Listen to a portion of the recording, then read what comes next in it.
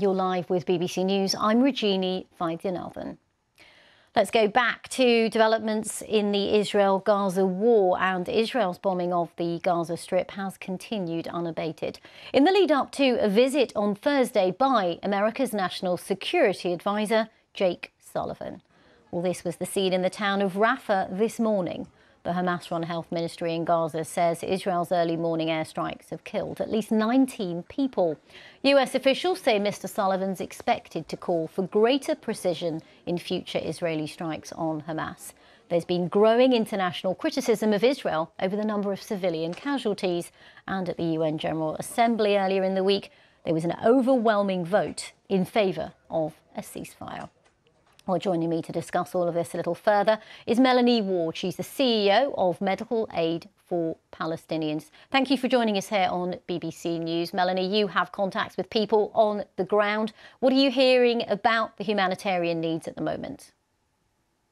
What I'm hearing from my staff on the ground is that every day which passes makes it more and more difficult to sustain human life in Gaza.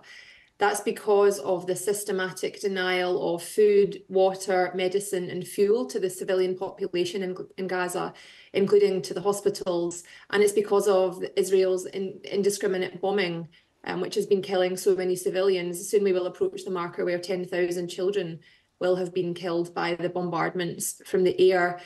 The horrific truth is that aid distribution has largely stopped, including in the south of Gaza, with some limited exceptions.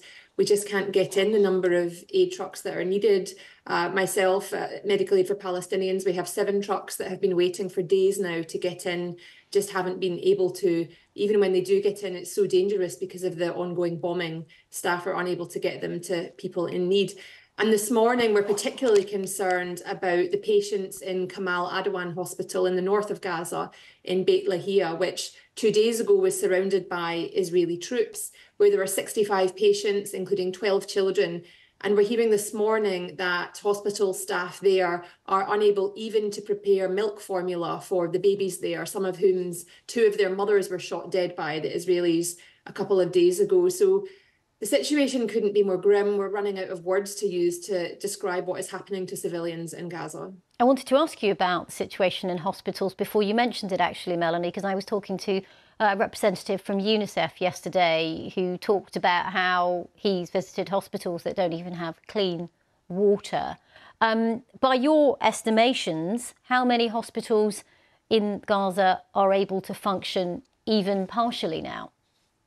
There are fewer than 1/3 of hospitals in Gaza that are functioning now, so that's fewer than 12. Even primary healthcare centres have been taken out of action. It's completely impossible to save lives anymore. Ambulances are not functioning. The civil defence, which usually digs people out of the rubble, is unable to do its job.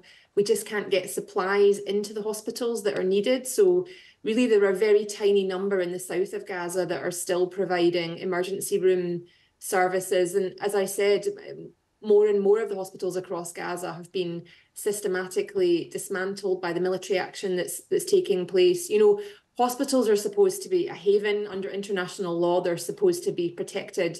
And what we're seeing in this horrific conflict is that they have become battlefields themselves. And for the patients who are there, it's absolutely terrifying. It's also completely unacceptable. And we're unable to sustain human life in this situation.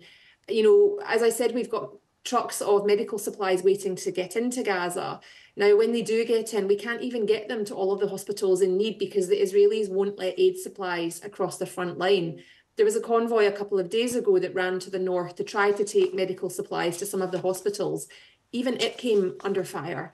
And there are desperate people, children, women, people in intensive care who need to be kept alive, and we can't do that. From Kamal Adwan Hospital, we're also hearing this morning that some of the patients have started to die because medical staff were rounded up and detained by the Israeli military. And Melanie, just briefly before we let you go, is any significant aid crossing from the Rafah crossing into Gaza from Egypt? Tiny amounts of aid are getting in. Yesterday, 100 trucks got in, but to give comparison, on a normal day in Gaza, before this even started, 500 trucks of supplies were needed every day. So it's a drop in the ocean compared to what's needed. But the main point is that this is not an accident. There are hundreds of trucks queued on the other side of the border waiting to get in, and the Israeli authorities won't allow them in. So there is aid there waiting to reach the people who are in desperate need, who are sleeping on the streets now in Rafah, who have fled, including my own staff, from place to place to place because Israel keeps telling everyone to move somewhere else, and then that place is attacked. So there are aid supplies waiting to get to people, but we are unallowed to reach them at the moment. OK, Melanie Ward, the CEO of Medical Aid for Palestinians, thank you very much for bringing us up to date on the situation, particularly in hospitals in Gaza. There's, of course, more on that story on the BBC News website, where we continue to run a live page with all of the latest developments.